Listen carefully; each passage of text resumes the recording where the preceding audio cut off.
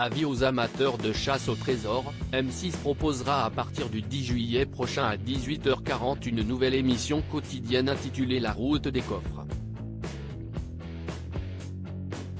Le principe ? Parcourir et découvrir les plus beaux coins de France, des lieux les plus touristiques aux petits paradis secrets, tout en empochant jusqu'à 100 000 €. Au cours d'une conférence de presse à laquelle Téléstar a assisté, le présentateur Stéphane Rothenberg et le producteur David Warren ont tous les deux détaillé ce qui s'annonce comme un passionnant divertissement estival.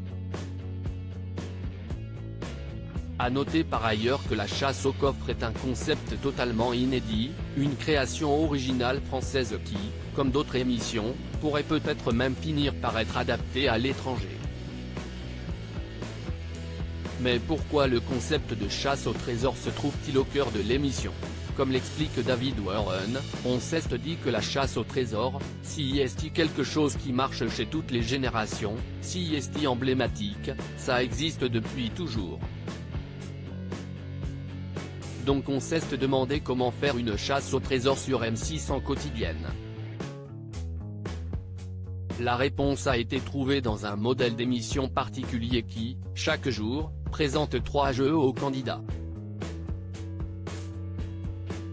Des jeux auxquels les téléspectateurs peuvent aussi participer en essayant de répondre aux mêmes questions.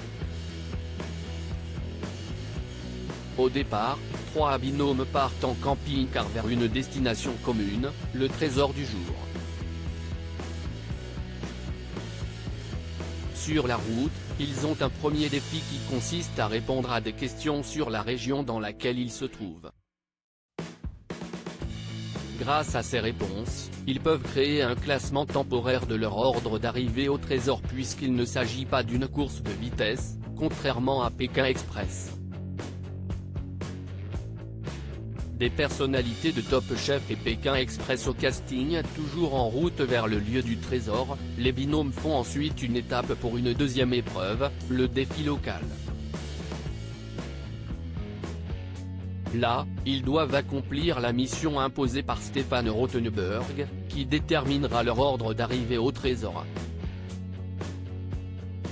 Enfin, quand les 3 binômes seront arrivés sur le lieu du trésor, ils devront relever le défi du coffre du jour. Le binôme gagnant remportera non seulement 3 000 €, mais aussi l'immunité pour être sûr de rester dans la course. Les gagnants auront ensuite la lourde tâche de choisir un binôme à sauver. Le binôme non sauvé devra quant à lui affronter un binôme de challenger dans un nouveau défi, suite auquel ils pourront soit rester dans l'aventure en cas de victoire, soit céder leur place aux nouveaux arrivants en cas de défaite. Un binôme perdant doit par ailleurs non seulement céder son camping-car et sa place, mais aussi l'argent accumulé s'ils ont remporté plusieurs trésors.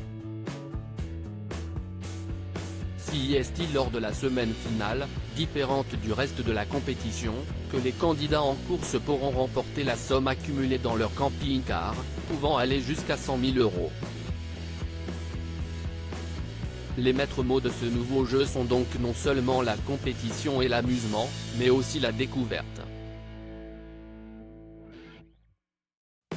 Grâce au principe d'itinérance qui va amener les candidats un peu partout en France, la route des coffres propose aux téléspectateurs de mieux apprendre à connaître la France et ses régions, et de rappeler qu'il n'est pas forcément nécessaire d'aller très loin pour trouver des endroits magnifiques. Pour Stéphane Rothenberg, ce jeu à la mécanique du champion fait intervenir plusieurs facteurs qu'il apprécie particulièrement, comme le fait qu'il s'agisse de binômes. Je sais que jouer en binôme, ça apporte très clairement quelque chose dans la dramaturgie, dans les émotions.